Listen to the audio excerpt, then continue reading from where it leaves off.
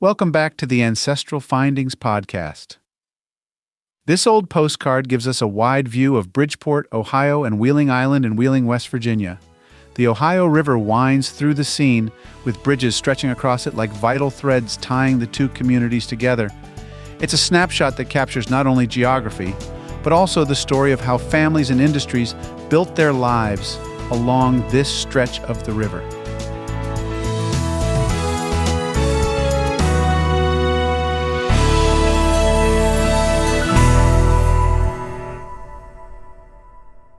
Let's set the stage. By the late 1800s, Wheeling had become one of the industrial centers of the Ohio Valley. People knew it as the Nail City. That name came from the nail factories that churned out millions of cut nails each year. But nails were only the beginning. Iron, steel, and glass-making all thrived here, and the city's factories poured out everything from bottles to window glass. If you had ancestors in Wheeling during this time, there's a good chance they had some tie to one of these industries. Wheeling's location played a huge part in its growth. It sat on the banks of the Ohio River and also on the path of the National Road, one of the most important routes in early America. That road stretched all the way from the eastern seaboard into the interior of the nation. With a major river and a major road, Wheeling became a hub for both commerce and migration.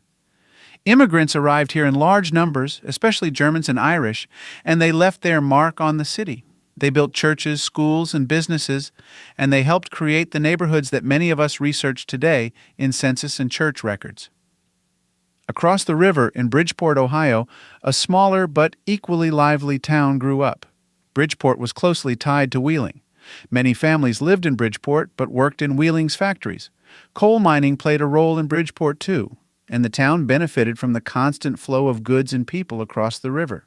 If you're researching your family tree in this region, it's common to see an ancestor listed in Wheeling City Directory, while their home address turns up across the water in Belmont County, Ohio. The two towns functioned almost like one larger community, with the bridges serving as the glue that held them together. Now, about those bridges. The postcard highlights one of the iron truss bridges that spanned the Ohio River. These structures were marvels of their time. Strong, utilitarian, and dependable, they carried wagons, streetcars, pedestrians, and later automobiles back and forth between West Virginia and Ohio. Wheeling is also home to one of the most famous bridges in America, the Wheeling Suspension Bridge, completed in 1849. When it opened, it was the largest suspension bridge in the world, and it put Wheeling on the map as a city of progress and innovation. Imagine what life was like for families then. A steel worker might have walked across that bridge every day, heading from his home in Bridgeport to his job in Wheeling. Children may have crossed it to attend school or to visit relatives who lived on the other side. For people of that era, these bridges weren't just landmarks. They were part of daily routine, the path to work, worship, and community life. In the center of the river lies Wheeling Island, another key part of this story. It's not just a sandbar or patch of land.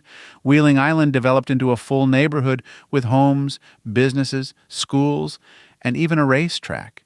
By the early 1900s, the Wheeling Island racetrack was drawing crowds from across the region, making the island a place of both community and entertainment.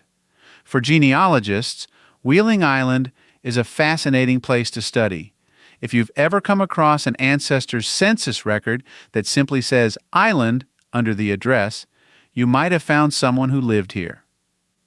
Immigration shaped the character of both Wheeling and Bridgeport. German immigrants established breweries, churches, and social clubs. Irish immigrants came in large numbers too, often finding work in the labor-intensive industries. You can still see their legacy today in the surnames, the churches, and even in the foods that became part of local culture. For anyone researching family history here, baptismal registers, parish records, and membership rolls from these immigrant communities are gold mines. Let's turn back to the postcard itself. At the bottom is a short, handwritten note. Brother Frank. Just 2 words, but they carry weight. That's how postcards were often used. A quick message, a greeting, a reminder that someone was thinking of you. Postcards were the text messages of their day. For genealogists, even the smallest note on a card can open doors. A first name might confirm a family tie. A postmark might place a person in a city at a specific time. These tiny details become pieces of a much larger puzzle. Why do postcards matter so much to us now? Because they capture details that official records sometimes miss. Census records can tell us who lived in a household, and marriage certificates tell us when two people wed. But postcards show us the world our ancestors actually lived in. They freeze buildings, streets, and bridges that may no longer exist. They let us see the neighborhoods our families walked through and the views they admired. When you hold a postcard like this one, you're seeing the same river and bridges that your ancestors saw 100 years ago. For those digging into their genealogy in Wheeling and Bridgeport, there are plenty of resources to explore. The Ohio County Public Library in Wheeling has a rich collection of newspapers, photographs, and special archives. The West Virginia State Archives holds vital records, births, marriages, and deaths that cover Wheeling families. Across the river, Belmont County records document Bridgeport's residents. Church archives add even more depth with baptismal and burial registers for both Catholic and Protestant congregations. Don't forget industrial records. Obituaries often mention where someone worked, and employment records can sometimes be found in union archives or company histories. If your ancestors were German, brewery records might provide a clue. If they were Irish, there's a good chance they were tied to steel or railroad work. Each piece adds a little more flesh to the bones of family history. My own connection to Wheeling goes beyond postcards and history books. Years ago, I did my internship at WTRF, the local television station in Wheeling. It was a wonderful experience to meet people on news assignments, work as a cameraman, and capture the city's landscapes on video. That time gave me a personal appreciation for Wheeling's character, not only its rich history, but also the warmth and friendliness of the people who call it home. What makes this particular postcard special is that it ties all of these elements together. It shows a river that served as a highway of commerce, a set of bridges that carried people and goods, a city that thrived on industry, and an island that developed into its own community. It also carries the human touch, a note from Brother Frank, a reminder that postcards were as much about people as they were about places. For genealogists, this card is a reminder to look beyond the records. Family history is more than just dates and names. It's also about the environment in which those people lived. Postcards like this one help us reconstruct that world. They give us images, context, and sometimes even personal voices that link us back to the past. When you study a postcard, take time to notice the details. Look at the houses in the background, the smokestacks on the horizon, the rail lines leading into town.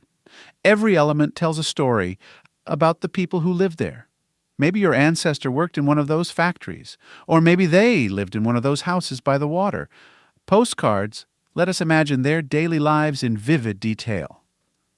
So, as we look again at this scene of Bridgeport and Wheeling Island, we're not just looking at an old picture.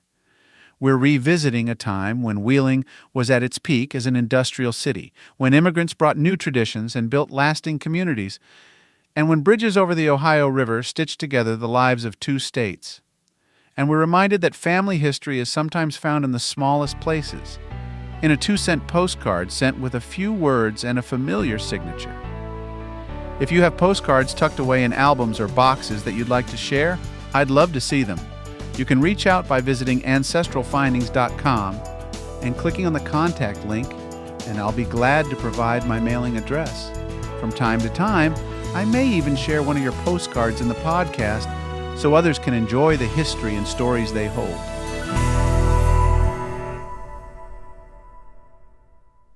If you've got a hard-to-find ancestor you're stuck on, I'd love to hear about it. Just head over to ancestralfindings.com and click on Contact to send me a message. While you're there, take advantage of our free weekly genealogy lookups. Explore thousands of articles and enjoy hundreds of podcast episodes. We've been helping family history researchers since 1995. And if you're looking for even more, check out our Genealogy Gold Q&A series over on Patreon. Thanks for listening, and as always, happy searching.